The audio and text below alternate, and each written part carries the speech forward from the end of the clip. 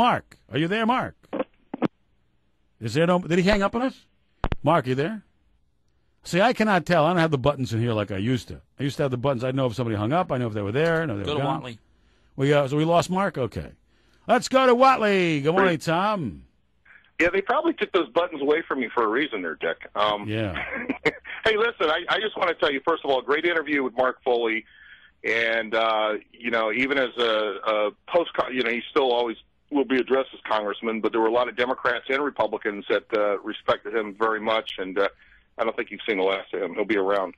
Oh, yeah. Second of all, he's not going Supreme Court. Yeah, on the Supreme Court ruling, I have to tell you that last night, I don't know if you saw O'Reilly, but Megyn Kelly brought out some excellent points. She read the whole case ad nauseum. She went over page by page. The father of the deceased soldier. Listen, first of all, for the record, these guys, these protesters are scumbags. I don't like them. No, right? I know that. Okay, all right, we know that they're anti-American. I just don't like them.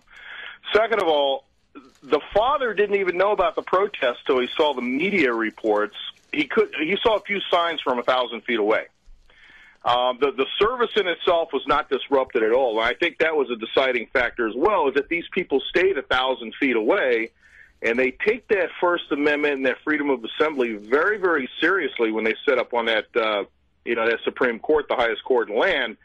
And if they waver either side on that, they have to be very careful, because certainly you don't want, people protest abortion clinics. We don't want the government telling them that they can't go around abortion clinics, and it works on both sides. So you have to be very careful with that, Mark, as far as, how you're going to tell people when they can and cannot assemble, and that they can't be there at all. That's what the fight was, that they could not be there at all. But in reality, they were 1,000 feet away, and the family didn't even know it until they saw the media reports. By the way, I have to apologize. I had said that it wasn't in the Palm Beach Post. It is on the front page. I was looking at Wednesday's paper.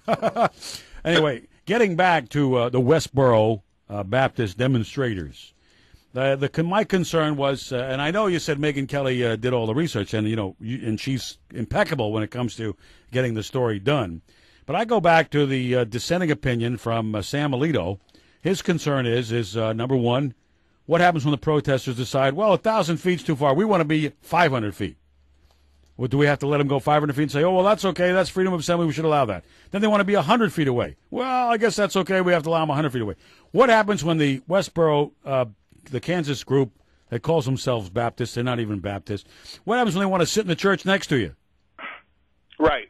Well, you know what? Here's the thing. Most states now, when this occurred, there was no law in the land that said that that they had to be within a certain footage. Most states and municipalities now are taking that into their own hands, that they're going to keep it 1,000 feet from a service like that. So they're taking upon themselves to do that, and it's written within the intent of the justices.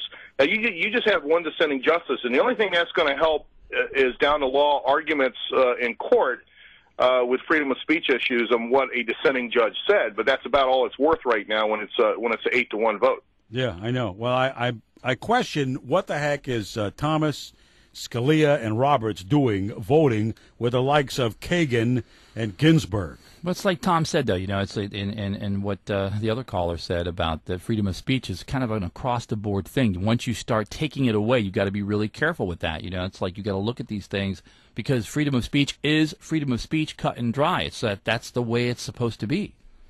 The First Amendment is exactly that. It's the First Amendment. It's the most sacred amendment within our Constitution. If you take a look at the Constitution as a whole, that right to assembly and speech. Now, remember, some people confuse freedom of speech calling your neighbor names. That's not the fact. It's so that we don't go out, from the British rule, and we talk about the government and get locked up. That's the only reason that was in there. But the freedom of assembly, I think, was the main issue in this, that they have the right to assemble and then speak their piece. And when they did that, well, they originally won. The original jury felt sorry for the father. But again, it came out in the trial court that the father didn't even know they were there till he saw it on YouTube and saw it in the media. Well, 1,000 feet, that's what it is, not 1,000 yards. 1,000 feet. No, it's 1,000 feet. Because that's not that far. I mean, 1,000 feet is not that far away. It's a fifth of a mile. It's a fifth of a mile. Right, but but it's far enough, and it makes a border. Who decided on the 1,000 feet? Where'd that come from? I know, but that's why we're going to find ourselves looking at this again, because they're going to want more than 1,000. They're going to want to be 500 away.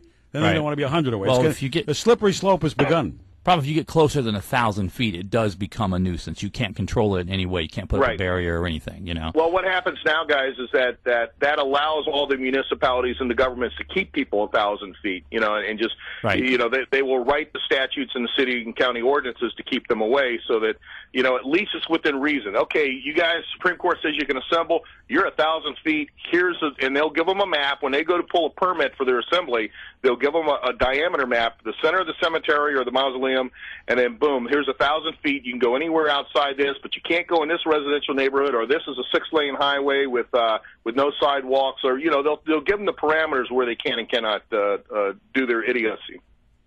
Thanks a lot, Tom, for being part of the show today. All right, Appreciate goodbye. it. Thanks, Take Tommy. care. All right, we got just 15 minutes left. We're going to cover today's birthdays and today in history.